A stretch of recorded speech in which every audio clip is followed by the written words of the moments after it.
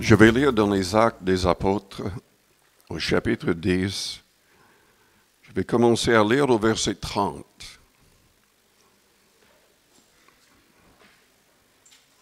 Corneille dit, « Il y a 4 jours à cette heure-ci, je priais dans ma maison à la 9e heure, et voici un homme vêtu d'un habit éclatant se présenta devant moi et dit, « Corneille, ta prière a été exaucée, et Dieu s'est souvenu de tes aumônes. Envoie donc à Joppé et fais venir Simon, surnommé Pierre. Il est logé dans la maison de Simon, corroyeur près de la mer. Aussitôt, j'ai envoyé vers toi, et tu as bien fait de venir. Maintenant donc, nous sommes tous devant Dieu pour entendre tout ce que le Seigneur t'a ordonné de nous dire. » Alors Pierre, ouvrant la bouche, dit, « En vérité, je reconnais que Dieu ne fait point exception de personne, mais qu'en toute nation, celui qui le craint et qui pratique la justice lui est agréable. Il a envoyé la parole aux fils d'Israël en leur annonçant la paix par Jésus-Christ, qui est le Seigneur de tous. Vous savez ce qui est arrivé dans toute la Judée, après avoir commencé en Galilée, à la suite du baptême que Jean a prêché. Vous savez comment Dieu a oint du Saint-Esprit et de force Jésus de Nazareth, qui allait de lieu en lieu, faisant du bien et guérissant tous ceux qui étaient sous l'empire du diable, car Dieu était avec lui. Nous sommes témoins de tout ce qu'il a fait dans le pays des Juifs et à Jérusalem. Ils l'ont tué en le pendant au bois. Dieu l'a ressuscité le 3e jour et il a permis qu'il apparût, non à tout le peuple, mais aux témoins choisis d'avance par Dieu. À nous qui avons mangé et bu avec lui, après qu'il fut ressuscité des morts. Et Jésus nous a ordonné de prêcher au peuple et d'attester que c'est lui qui a été établi par Dieu, juge des vivants et des morts. Tous les prophètes rendent lui le témoignage que quiconque croit en lui reçoit par son nom le pardon des péchés. » Amen. Père Céleste, nous te louons, nous te bénissons pour ta parole qui nous guide. Seigneur, manifeste-toi, que cette parole soit vraiment au fond de nos cœurs, que tous comprennent, et par ton Esprit Saint, parle aussi directement dans les cœurs et les consciences. Seigneur, que tous ceux qui écoutent ce message soient sauvés, délivrés, transformés, remplis de ton esprit. Au nom de Jésus-Christ. Amen. Vous pouvez vous asseoir.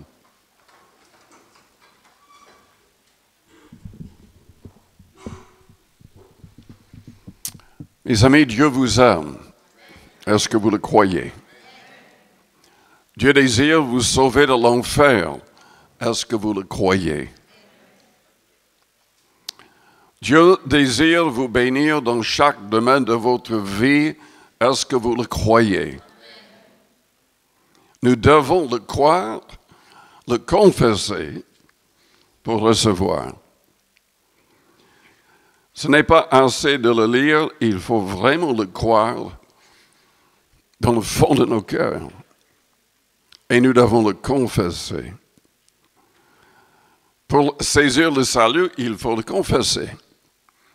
La Bible dit que nous devons confesser que Jésus est le Fils unique de Dieu. Nous devons confesser que Jésus-Christ est mort pour nos péchés et ressuscité pour notre justification. Nous devons croire que Jésus est Le Seigneur, quand nous parlons du Seigneur, il s'agit du Créateur. Toutes choses ont été créées par Jésus-Christ, selon la Bible. 4 ou 5 fois, c'est souligné. La Bible va jusqu'à dire qu'il n'y a rien dans l'univers qui n'a pas été créé par la parole de Dieu qui est Jésus-Christ, selon Jean chapitre 1er. Cette parole qui était avec Dieu et qui était Dieu. Vous savez, la divinité, ça nous dépasse. Ça nous dépasse. Jésus est sorti du Père. La Bible dit qu'il est éternel. Dieu a créé toutes choses par son Fils. Tout a été créé par et pour. Et tout pouvoir est maintenant de nouveau entre ses mains. Il s'est dépouillé pour devenir un homme. Mais il a repris tout pouvoir. Ce qui est merveilleux est le fait qu'il reste dans un corps humain, mais glorifié, transformé par la résurrection. Parce que il n'avait même pas besoin d'ouvrir la porte quand il est entré dans la chambre haute pour parler à ses disciples. Et le lien entre l'Esprit et le Père, c'est difficile à saisir. Quand Jésus-Christ dit qu'il va prier le Père dans Jean 14, à partir du verset 15, il a dit, si vous m'aimez, gardez mes commandements, et je prierai le Père. Il vous donnera un autre consolateur, l'Esprit de vérité. Il est avec vous, il sera en vous.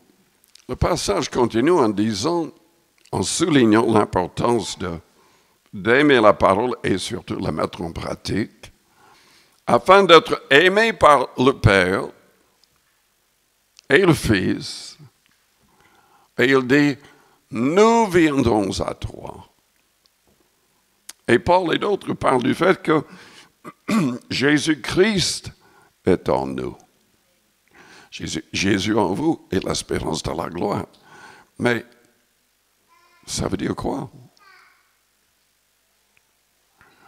Vous savez, il y a des choses dans la Bible que nous ne saisissons vraiment pas. Sans doute parce que Dieu, c'est trop compliqué pour nous. Mais comment est-ce que Jésus peut être en nous, étant donné qu'il intercède auprès du Père? Le Saint-Esprit est en nous, mais il est un autre consolateur. Et pourtant, uni avec Jésus, uni avec le Père. Comment est-ce que le Père et le Fils peuvent venir demeurer en nous quand le Père est au ciel et Jésus intercède auprès de lui? C'est par le Saint-Esprit. Dieu ne veut pas passer, enfin, il faudrait des livres sans doute pour expliquer son existence et la réalité de son être. La Bible nous présente d'une manière la plus simple possible pour que nous puissions saisir. Dieu désire être comme un père pour nous.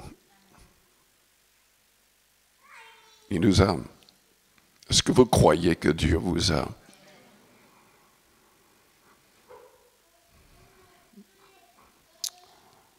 Souvent, nous ne saisissons pas même les paroles du Christ.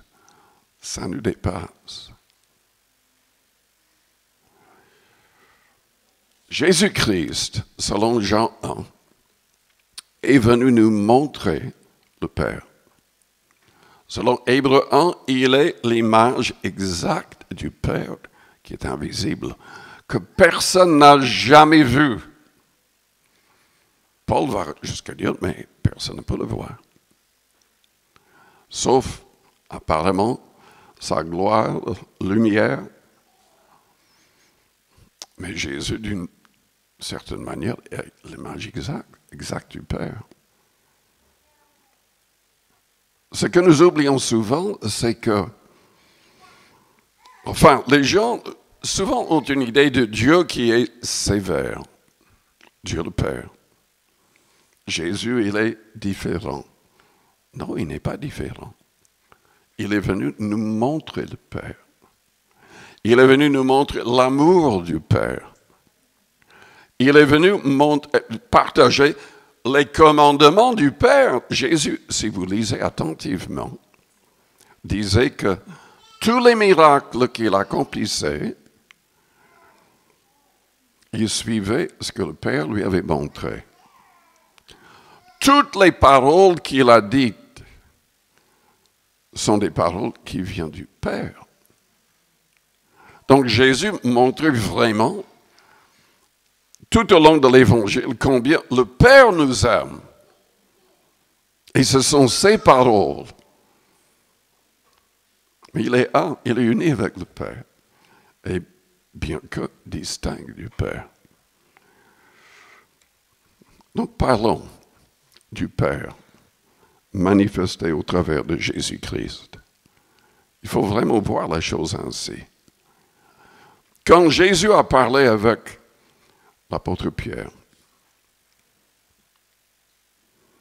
disant, Satan t'a réclamé pour te cribler comme le froment, mais j'ai prié pour toi. Tu vas me renier 3 fois. Pierre a dit, non, ce n'est pas possible. Peut-être que les autres vont le faire, mais moi, j'irai jusqu'à la mort pour toi. Le Seigneur lui a dit, avant que le coq chante, tu vas me renier 3 fois. Et il a fait exactement cela. Mais Jésus-Christ lui avait dit, j'ai prié pour toi. Quand tu seras converti, affermis tes frères. Ça montre combien Dieu nous aime, même si nous faisons de grandes erreurs. Dieu nous aime. Et il veut pardonner. Dans Isaïe 55, la Bible dit que Dieu ne se lasse pas de pardonner. Quand on est sincère, quand on regrette sincèrement ses erreurs, Dieu est prêt à pardonner. Il est prêt à nous relever. Est-ce qu'il y a quelqu'un ici qui n'a jamais péché depuis votre conversion? Toutes vos paroles édifiaient les autres. Toutes vos pensées étaient des pensées magnifiques. Rien d'impur, rien de négatif. Est-ce qu'il y a quelqu'un?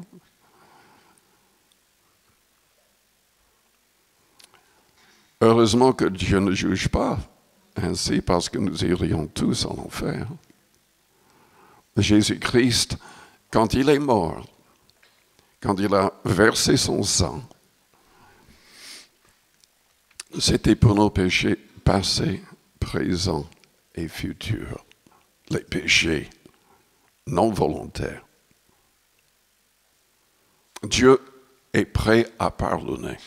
Si nous confessons nos péchés, il est fidèle et juste pour nous les pardonner et pour nous purifier de toute iniquité. Évidemment, il s'agit de gens qui ne veulent pas pécher, qui veulent plaire au Père.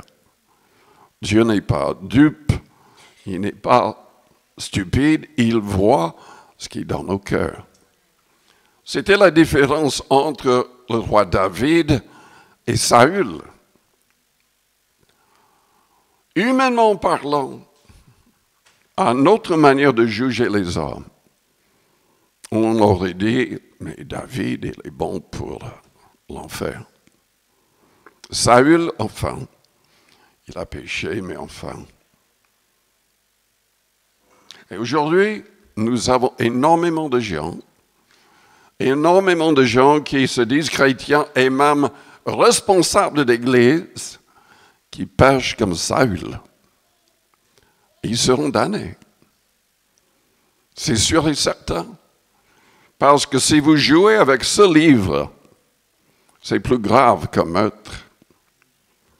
C'est plus grave qu'un adultère. Si vous changez la doctrine comme c'est écrit, vous serez damnés. Paul l'a souligné dans Galates chapitre 1er. Jean l'a souligné dans 2 Jean 1, verset 9. Jude l'a souligné. Il n'y a qu'un seul chapitre dans Jude, mais il l'a souligné. La fin de l'Apocalypse le souligne. Nous ne pouvons pas ajouter à cette parole. Nous ne pouvons pas retirer quoi que ce soit de cette parole. Vous savez, je déteste les sermons allégoriques. Il y a énormément de gens qui prêchent avec un système allégorique. Ils prennent l'Ancien Testament et inventent tout un message qui n'a aucune base biblique. Pour donner un exemple, la Bible dit que David, quand il était confronté par le géant Goliath, il a pris 5 pierres qu'il pouvait utiliser pour descendre le géant. Avec une fronde, il a descendu Goliath avec une seule pierre. Il y a des gens qui inventent des messages. Ils parlent des 5 pierres comme si ça représentait quelque chose. Mais c'est du n'importe quoi. C'est du n'importe quoi. On ne peut pas inventer. On doit avoir des versets pour soutenir ce qu'on dit. Vous savez, en littérature, dans les universités, les gens lisent des livres et imaginent que l'auteur essayait de dire autre chose. On ne fait pas ça avec la Bible. On ne fait pas ça avec la Bible. Paul a enseigné que nous devons enseigner uniquement ce que nous comprenons pleinement. Est-ce qu'il y a des choses dans la Bible que nous ne comprenons pas, que vous ne comprenez pas? Il y a plein de choses que je ne comprends pas. Mais ça ne me gêne pas. Ce qui me gêne, c'est ce que je comprends.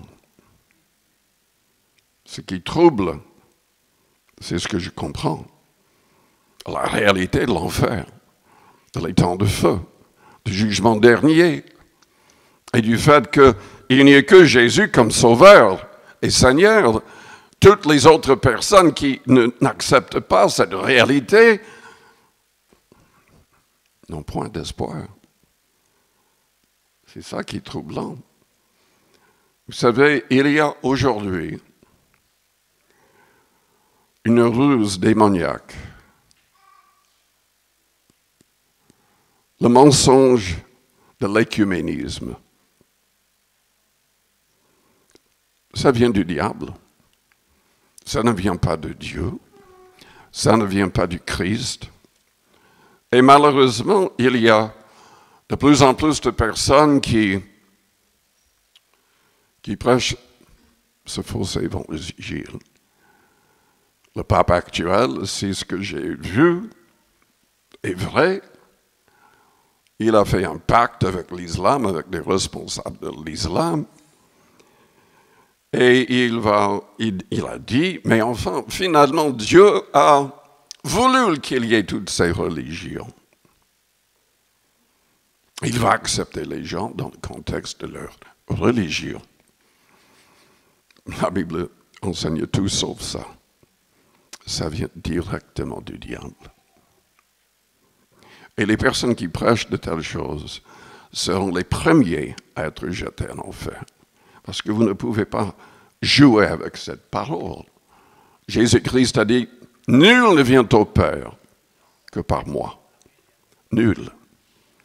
Si vous ne croyez pas ce que je suis, vous mourrez dans vos péchés. Il n'y a pas de salut en dehors de Jésus-Christ. Honnêtement, humainement parlant, je préférerais qu'ils aient raison. Parce qu'il y a combien de personnes dans ces autres religions? Plus de 3000 religions dans le monde. Et ces religions viennent des hommes. Et souvent des démons. Peut-être toujours des démons. D'une inspiration démoniaque en tout cas.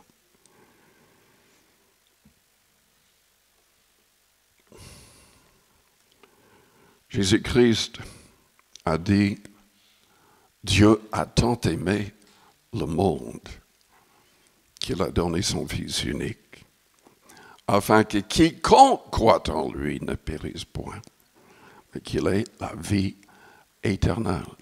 Quiconque. Jésus a souligné le fait que Dieu désire sauver tous les hommes, mais tous les hommes doivent croire en lui. Ils doivent le confesser. Jésus a dit dans Jean 10, verset 9, « Je suis la porte. Si quelqu'un entre par moi, il sera sauvé. Je donne ma vie pour mes brebis. Personne ne me l'ôte. » Dieu lui a donné le pouvoir de donner sa vie et de la reprendre le troisième jour. Jésus nous a montré l'amour du Père. C'était le cas avec l'apôtre Pierre. C'était le cas dans Jean 8 avec la femme adultère. Le Seigneur a pardonné. La foule voulait qu'elle soit lapidée parce que Moïse avait donné cette loi.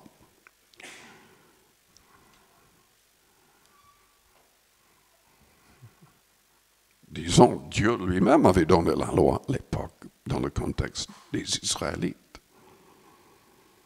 Mais Jésus devait venir avec de nouveaux commandements.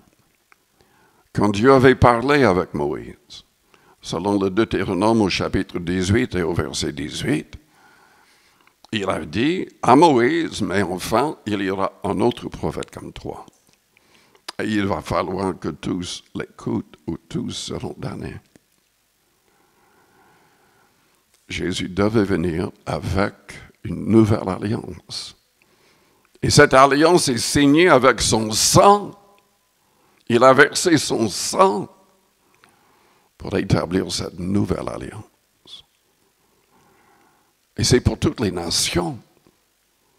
C'est ce qui est souligné dans ce message de Pierre dans la maison de Corneille. Pour vous donner le contexte, dans Acte 10, Pierre prêchait pour la première fois envers des non-juifs. Toutes les personnes dans l'Église primitive étaient des juifs. Et ils ne comprenaient pas que d'autres pouvaient être sauvés, à moins de passer par le judaïsme, à moins de devenir des juifs. Et Pierre, comprenant le message du Christ poussé par le Saint-Esprit, a parlé de toutes les nations et par la simple foi en Christ. Et je n'ai pas lu la fin de l'histoire, mais vous, sans doute, la plupart d'entre vous connaissent la fin. Toutes les personnes qui étaient dans la maison de Corneille, des non-juifs, ont commencé à louer Dieu, à adorer Dieu en d'autres langues, saisis par le Saint-Esprit. Ils étaient remplis de foi, remplis de joie, entendant ce que Pierre disait, que le salut était pour tous les peuples et toutes les nations. Et cela a démontré à Pierre et aux autres apôtres qu'ils pouvaient entrer dans l'Église sans passer par toutes les choses dans l'Ancien Testament. Et donc Pierre a baptisé ces personnes, baptisé d'eau. Dans Marc 5,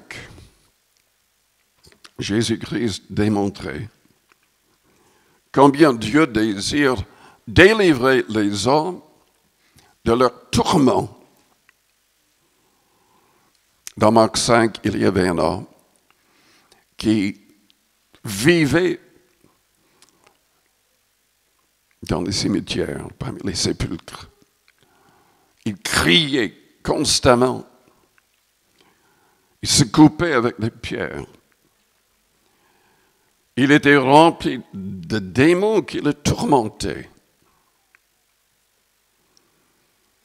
Le Seigneur l'a délivré. Il a chassé les démons.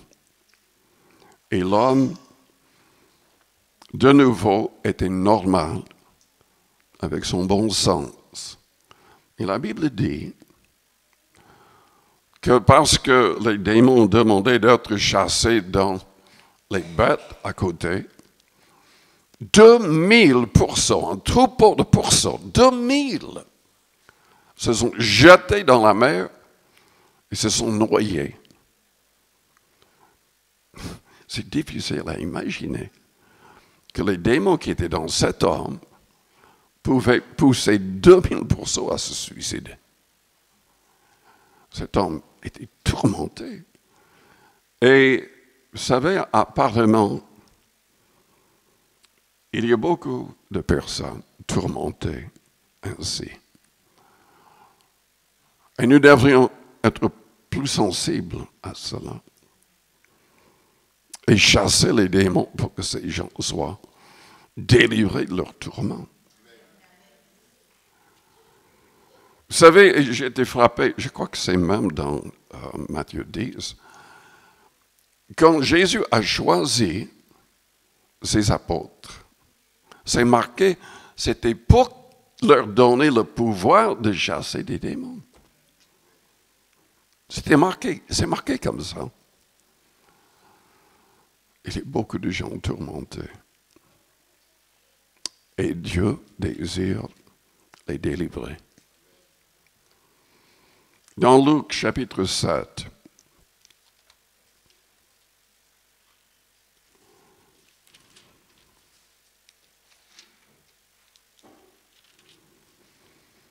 nous voyons l'importance de la foi. Le Seigneur agit quand nous demandons dans la prière avec foi. Et plus on manifeste de foi, plus il a accompli des choses extraordinaires.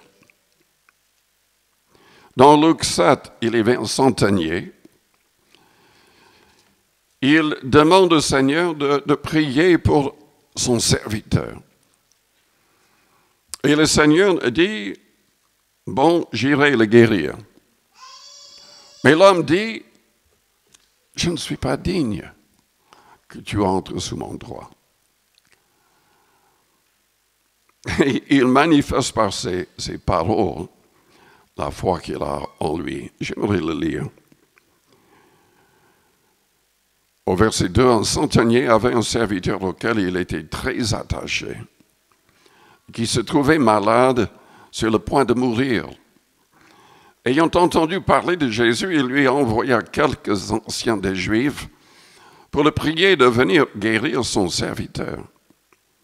Ils arrivèrent auprès de Jésus et lui adressèrent d'instantes supplications, disant, « Il mérite que tu lui accordes cela, car il aime notre nation, et c'est lui qui a bâti notre synagogue. » Donc il s'agit d'un non-juif qui aimait Dieu et qui avait apparemment payé pour la construction de cette synagogue.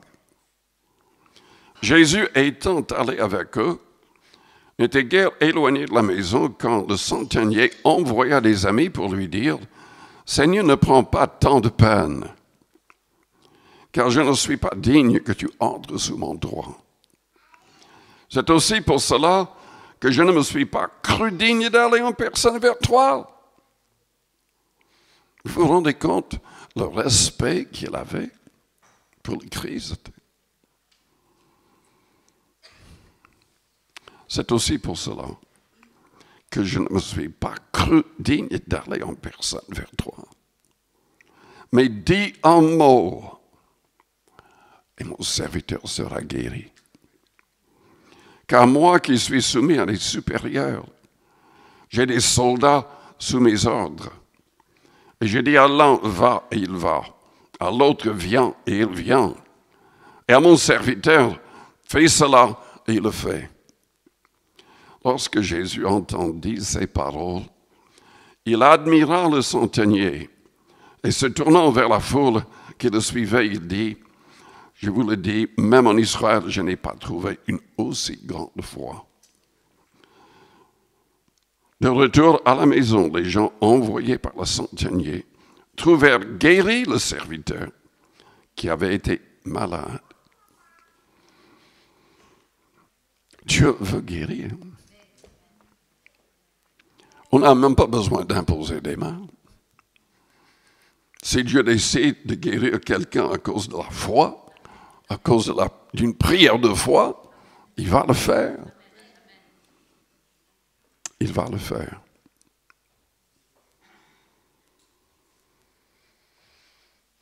Dans le même chapitre, à partir du verset 11, il y a une autre histoire.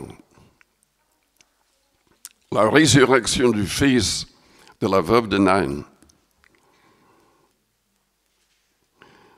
Cette histoire démontre le fait que Dieu le Père, il est rempli de compassion.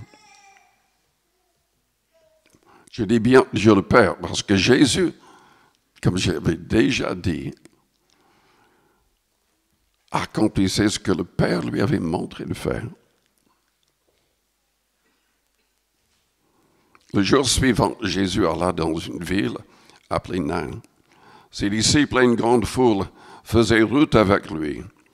Lorsqu'il fut près de la porte de la ville, voici, on portait en terre un mort, fils unique de sa mère, qui était veuve. Et il y avait avec elle beaucoup de gens de la ville. Le Seigneur, l'ayant vu, fut ému de compassion pour elle. Et lui dit, ne pleure pas. Il s'approcha et toucha le cercueil. Ceux qui le portaient s'arrêtèrent. Il dit, jeune homme, je te le dis, lève-toi.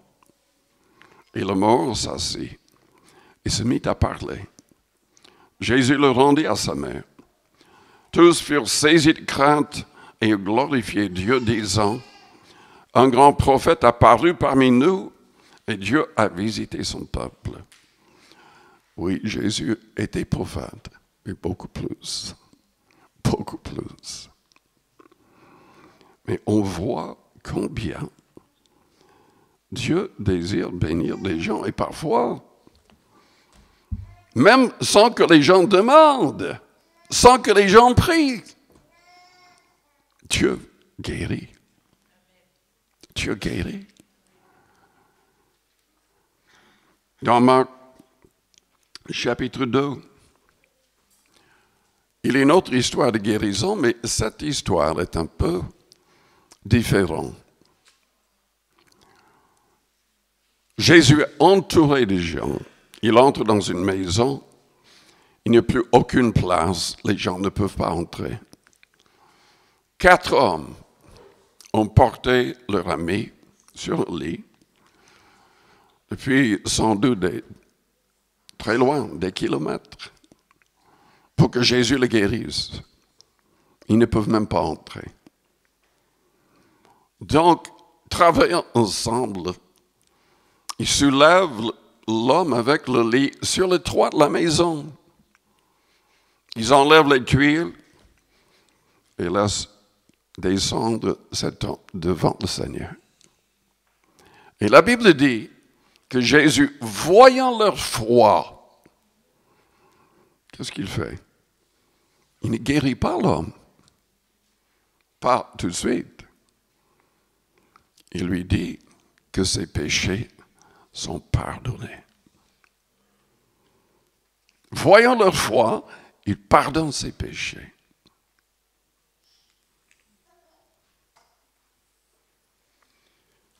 Et ceux qui étaient là, les pharisiens, les autres, disent, mais qui peut pardonner C'est un blasphème. Il n'y a que Dieu qui pardonne. Oui, exact. Jésus pardonne. Parce qu'il est Dieu. Il s'est fait homme. Mais il a repris tout pouvoir. Et il est un avec le Père. Jésus a pardonné. Cet homme n'a pas demandé le pardon. À moins qu'il ait demandé en prière ailleurs. Et Jésus le savait très bien. Mais en tout cas, il n'a pas demandé que cet homme dise quoi que ce soit. Il lui a dit, tes péchés te sont pardonnés. Ne doutez jamais du désir du Père et du Fils de vous pardonner. Je dis cela même pour les gens qui écoutent et j'espère que Roger et d'autres vont m'écouter. Parce qu'il y a des gens qui m'écrivent très souvent maintenant, qui écoutent les messages sur YouTube. Et je remarque qu'il y a pas mal de personnes qui doutent du pardon de Dieu. Ils me demandent de prier pour que Dieu leur pardonne. Mais mes prières ne peuvent pas influencer Dieu. Jésus-Christ est le seul médiateur entre Dieu et les hommes. Et on constate dans l'Évangile qu'il veut pardonner, il intercède pour tous. Dieu désire que tous arrivent à la repentance. Donc, il pardonne. Jean écrit dans 1 Jean 1, verset 9, « Si nous confessons nos péchés, il est fidèle et juste pour nous les pardonner et pour nous purifier de toute iniquité. »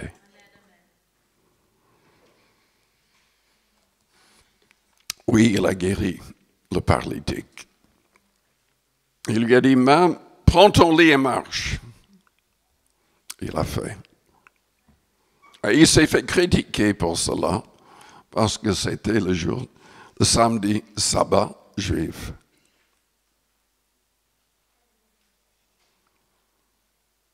Jésus est plus grand que le sabbat juif. Il est plus grand que le temple, il a dit, et nous le savons. Il est celui qui doit être écouté, suivi. Et la nouvelle alliance rend caduque l'ancien. Sauf avec les choses que Jésus, où il a mis son approbation sur l'ancien. Et ça devient donc ses lois, ses commandements.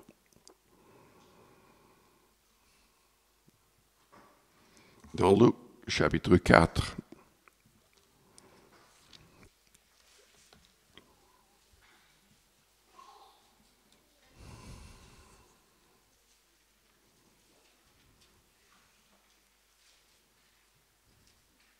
est-ce que vous vous rendez compte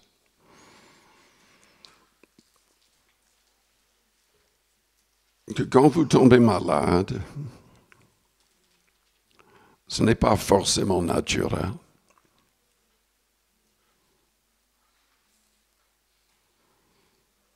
Je crois que la plupart du temps, c'est quelque chose qui est plus ou moins naturel.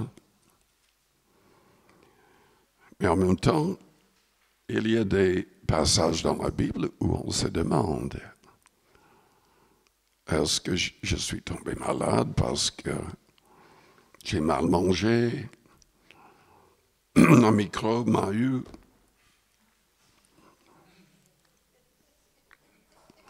Si c'était le cas dans Luc 4, pourquoi est-ce que Jésus menace la maladie? Lisons Luc 4, verset 38.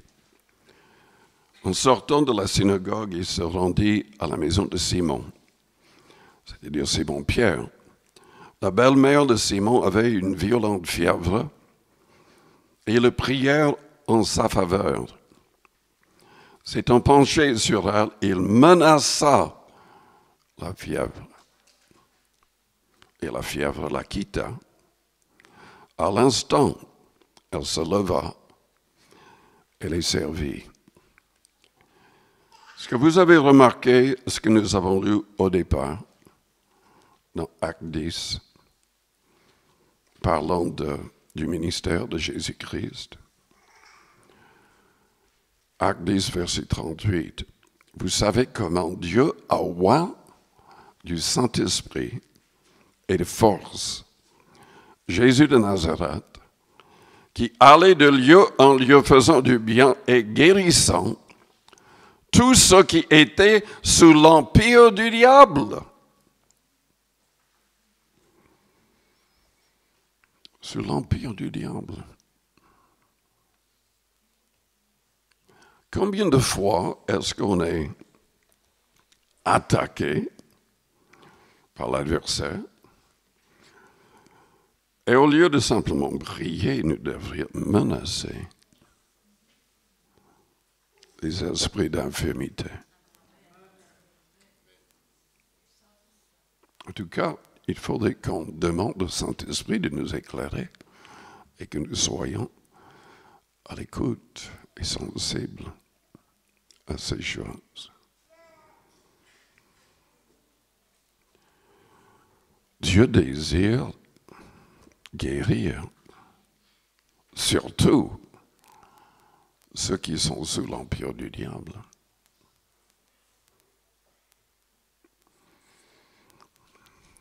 Je vais le répéter, Dieu vous aime.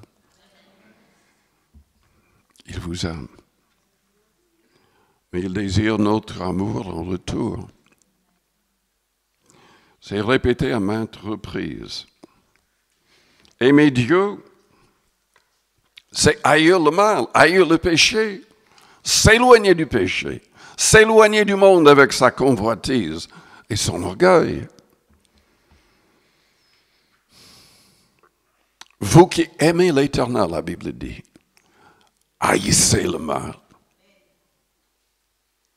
Haïssez le mal. C'est un choix. Nous devons changer notre mentalité. Vous savez que la repentance signifie changer de mentalité. Ce n'est pas le simple fait de demander pardon chaque fois qu'on fait une erreur. C'est le fait de changer de mentalité à tel point que nous avons une haine pour le mal, que nous décidons de haïr le mal, et si on décide de la haïr, cette chose ne peut pas nous tenter. Le diable ne peut pas nous tenter si on a une haine véritable pour ces choses.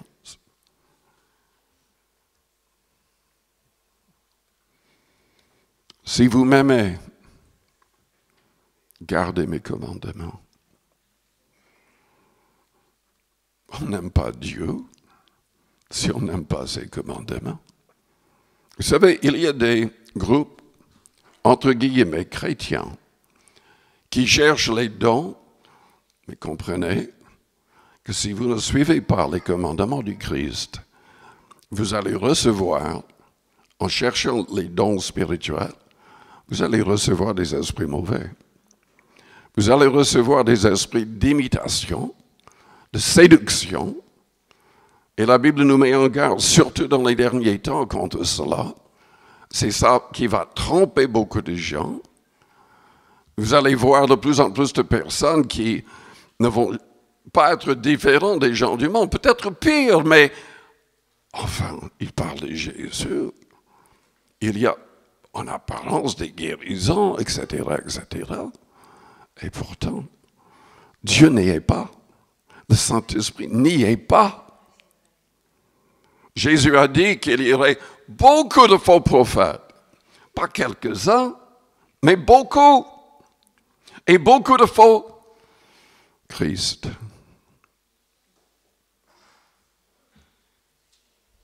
Nous devons aimer Jésus-Christ en aimant sa parole, ses commandements. C'est la seule manière de manifester notre amour envers le Christ. en étant fidèle à ce qu'il a dit. Mettre en pratique tout ce qu'il a dit.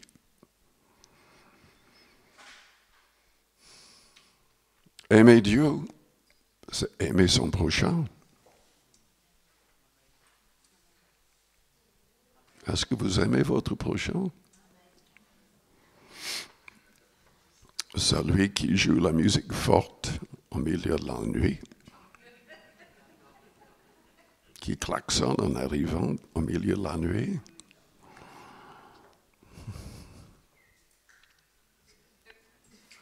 Qui relâche son chien ou ses chiens, qui font, vous savez quoi, sur votre pelouse.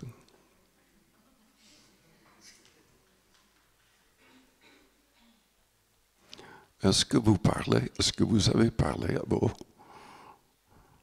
voisins du Seigneur?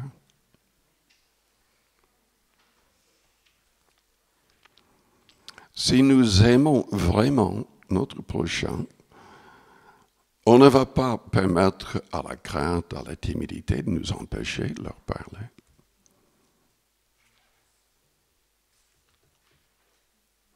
On ne va pas permettre que les choses qui peuvent nous troubler nous empêchent d'être aimables.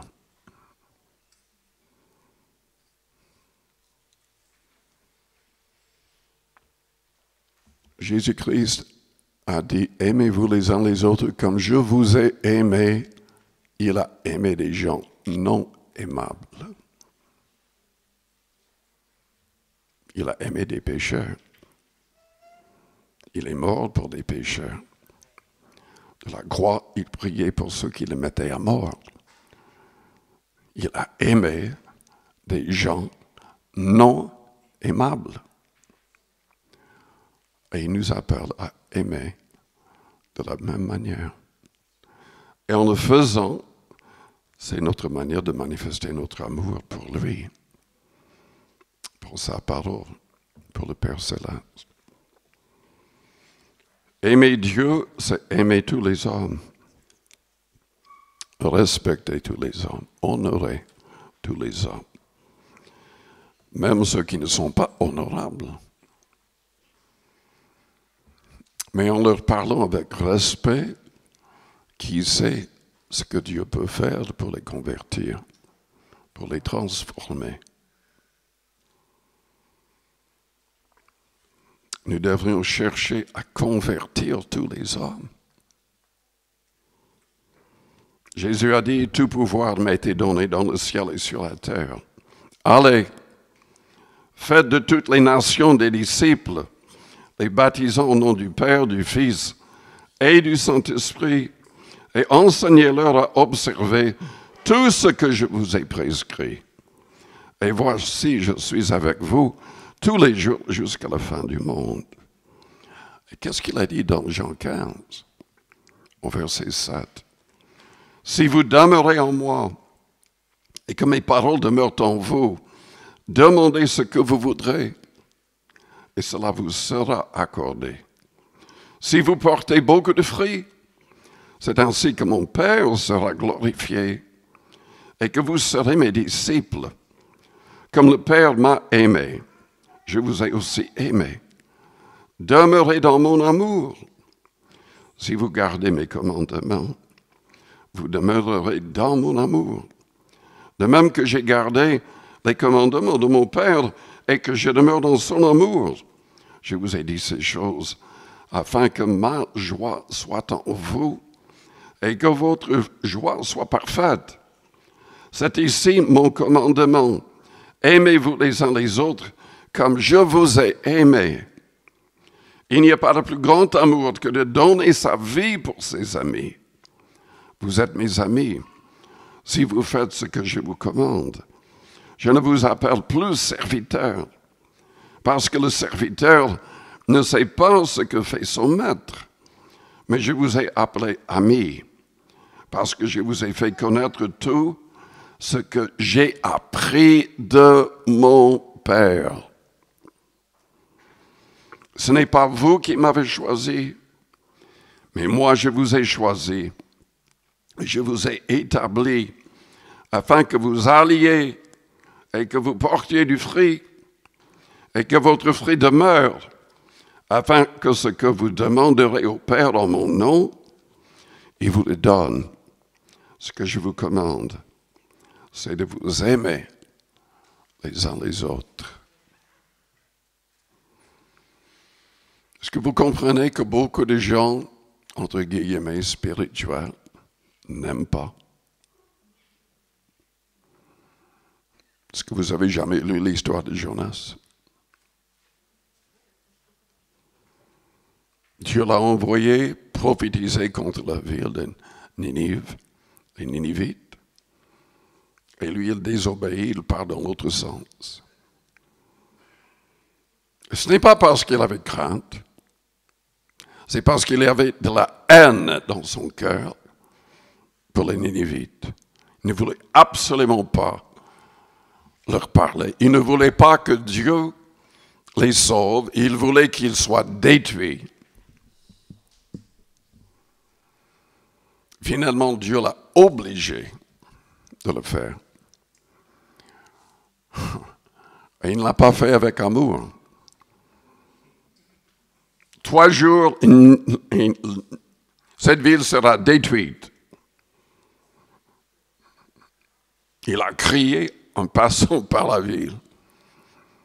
Et quand Dieu a pardonné, quand Dieu n'a pas détruit la ville, parce que depuis le roi jusqu'au plus petit, tous se sont mis à prier, à jeûner. Ils ont mis la cendre sur leur tête.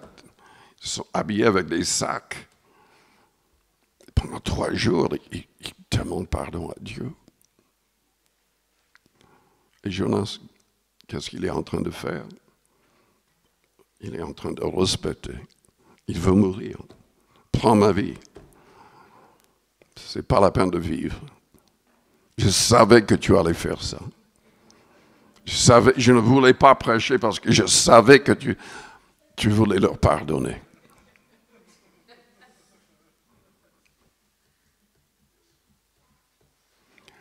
Il y a malheureusement beaucoup de chrétiens comme ça, qui sont aveuglés par le diable de la même manière.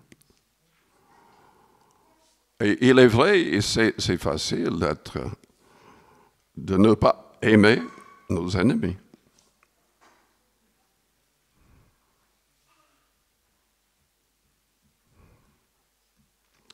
C'est facile de dire, enfin, celui-là, Dieu ne pourrait jamais le changer.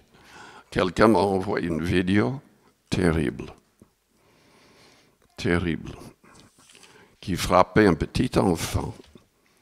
Je croyais que l'enfant allait mourir.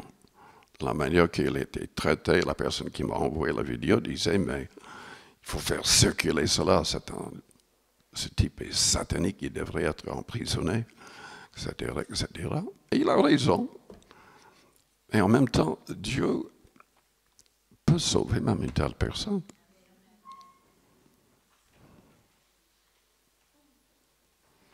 Dieu veut que tous les hommes arrivent à la repentance. Que tous regrettent le péché et changent de mentalité pour devenir comme Jésus-Christ. Je vous invite à fermer vos yeux, à courber vos fronts, avec les yeux fermés et les fronts courbés.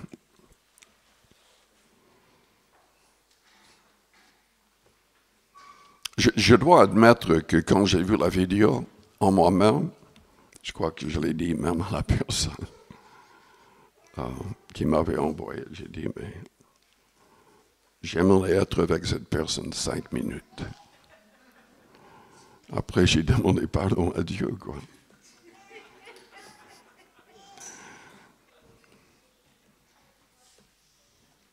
Père Céleste, nous te remercions pour ta parole et pour l'Esprit qui nous aide à devenir comme Jésus-Christ. Pardonne-nous nos offenses. Délivre-nous de l'aveuglement. Aide-nous à comprendre comment le diable agit. Que nous puissions, avec foi et au nom de Jésus-Christ, menacer tout ce qu'il fait, empêcher qu'il agisse.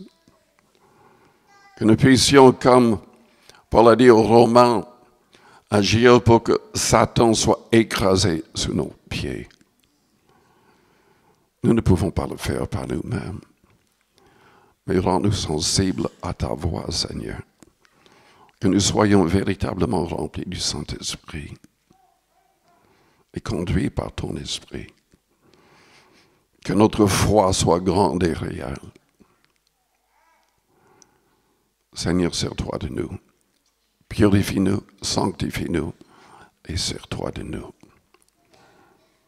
Pendant que les yeux restent fermés, les fronts courbés, peut-être que vous êtes là et vous n'avez pas encore donné votre cœur et toute votre vie au Seigneur, mais vous voudriez le faire aujourd'hui même. Je voudrais prier pour vous. Si c'est le cas, faites-moi signe en élevant votre main. Merci. Est-ce qu'il y a d'autres personnes? Merci.